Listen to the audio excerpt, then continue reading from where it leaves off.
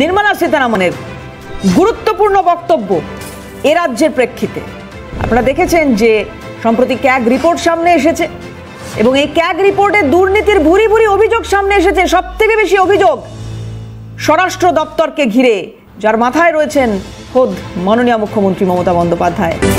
Paying for the states, the compensation happens every time the state produces with the AG's certificate saying this is the compensation due to us, please pay it.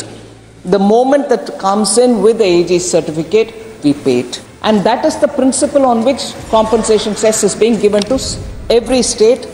Sikkim has not given for 3 years, West Bengal has not given for 4 years, and so on. It varies, the position varies. So the moment the claim comes along with an AG certificate, we release the compensation amount, sir. We are not holding back compensation amount for any other reason except if AG certificate is not reached. Ankush তো 3 বছর ধরে লাগিয়ে রেখেছেন। 3 বছর ধরে তো একটা কানাকড়িও দিচ্ছে না সেন্ট্রাল গভর্নমেন্ট। এটা কি ওদের প্রত্যেক সম্পত্তি নাকি? আর বাংলা থেকে কত জিএসটি তুলে নিয়ে গেছে। যে আমি বলেছি যে এটা একটা ফিসক্যাল অ্যানার্কি এবং টেররিজম। এটা হচ্ছে একটা অর্থনৈতিক সন্ত্রাস। এবং এটা কেন করা হচ্ছে? যে গরিব মানুষরা মমতার সঙ্গে আছেন, তৃণমূলের সঙ্গে আছেন, তাদেরকে ভাতে মারো, এটা হচ্ছে ওদের পরিকল্পনা। সেই ভাতে মারা পরিকল্পনাটাকে সফল করবার জন্য এটা ওরা করছে।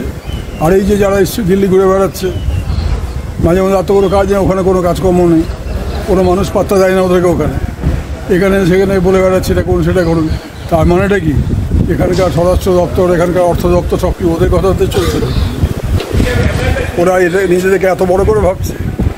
এটা তো কেন্দ্রীয় সরকারের, বিজেপি সরকারের একবারে কেন্দ্রীয় নীতি হচ্ছে পশ্চিমবাংলাকে ভাতে মারো। তার কারণ হচ্ছে মমতা ব্যানার্জি একমাত্র ভারতবর্ষে গরিব মানুষের মুখ, যিনি গরিবদের জন্য লড়াই করেন, যিনি যুক্তরাষ্ট্রীয় কাঠামোর জন্য লড়াই করেন, সব রাজ্য যাতে সমানভাবে উন্নতির পথে এগিয়ে যায় সেই কথা বলেন।